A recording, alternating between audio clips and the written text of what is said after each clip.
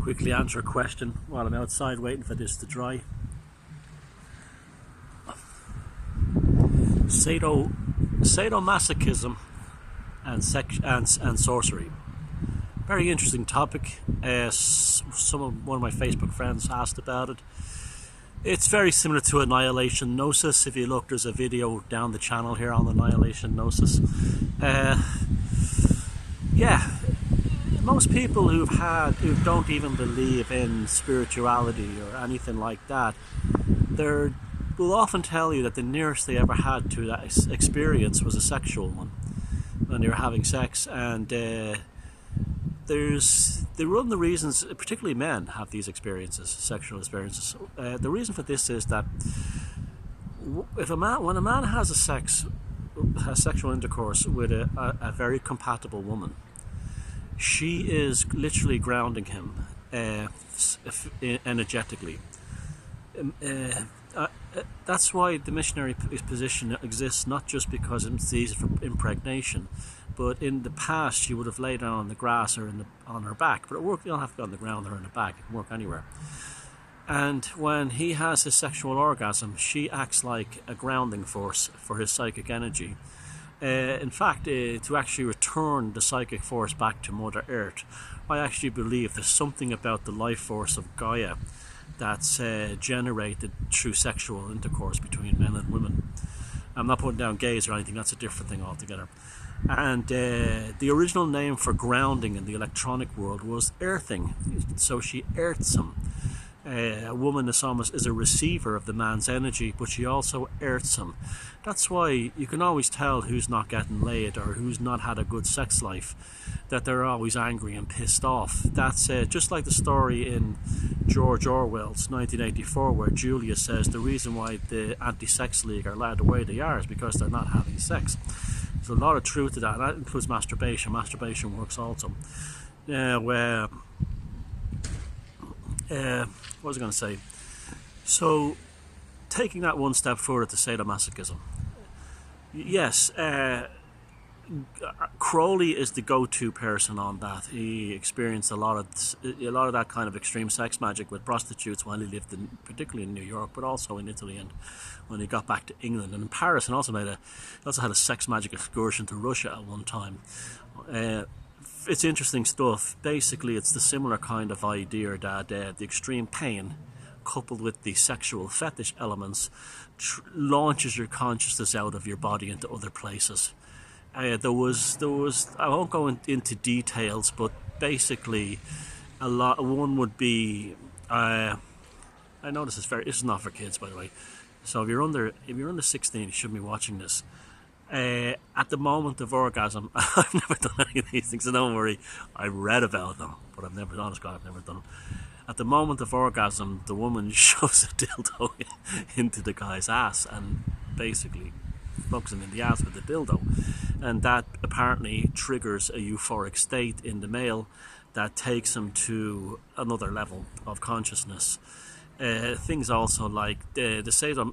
People think that people who do sadomasochistic sex, like going to bondage places, they do it because it's really kinky. It's more than kinky. It's highly spiritual as well. They're taken to elements of their own consciousness that are incredible. When I worked in Wall Street, there used to be a lot of these kind of high-class brothels down around there that would cater to the fetishes of extremely wealthy men who never had any hardship in their lives. They used to do things like, if you were a black guy, and this is absolutely true, the brothel would put you in chains and make you pick cotton, and the mistress would be dressed like a redneck and would whip you and call you all the racial names. You're rich black guys now.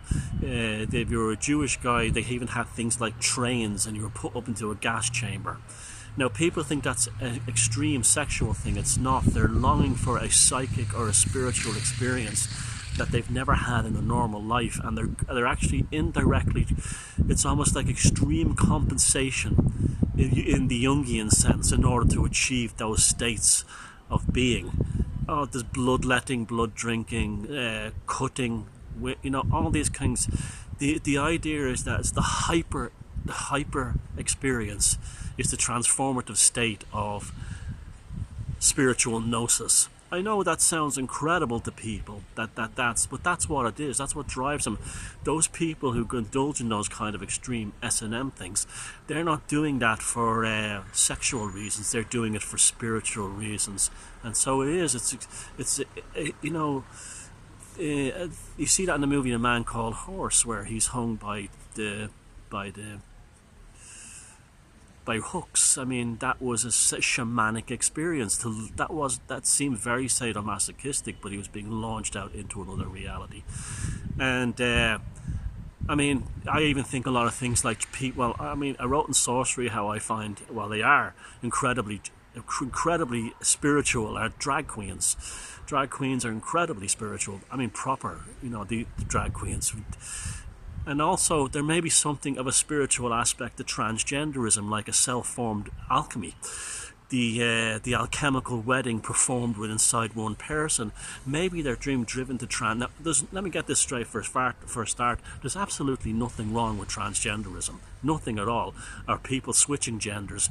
It's only wrong to force it onto children who can't think yet. They don't know their lives yet. That's evil. I mean, I would actually go to war to stop that if they tried to force children or encourage children to change their genders and before they even really have any grown-up sense. But there's nothing wrong otherwise with transgenderism. But I often think that transgenderism is also spiritually rooted. Like, I know a few people who have transgender, including in my own family, and just to look at it, the underlying factor seemed to be in a lot of them a weak father and an over-domineering mother. And maybe this, and a lot of them had, before they went transgender, were straight and had tragedies relating to their wives. They died of cancer, ran off with other guys and things like that. So the self-made alchemy of the alchemical wedding between the union of the king and the queen is probably one of the driving factors in transgenderism as well. So therefore, that could be probably looked upon as a spiritual experience. You see, you've got to look at life in ways that are beyond the material and the flesh and blood.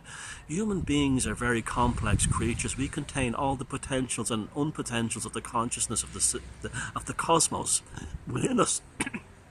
And likewise, we will express our desires within our experience in the consciousness in all ways that are, in all manners of ways.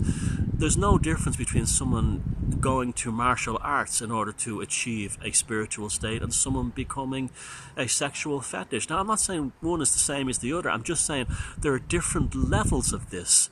And that's what it's. They are almost all shamanic experiences in one way or another. And that's why it exists, not because people are perverts, although there are some drawn to that. It's not that simple. It's not black and white like that. The underlying needs of human beings are always spiritual, and the outward expression of their behavior is a lack of, or an engagement or a fulfillment with their spiritual inner worlds. Thank you very much.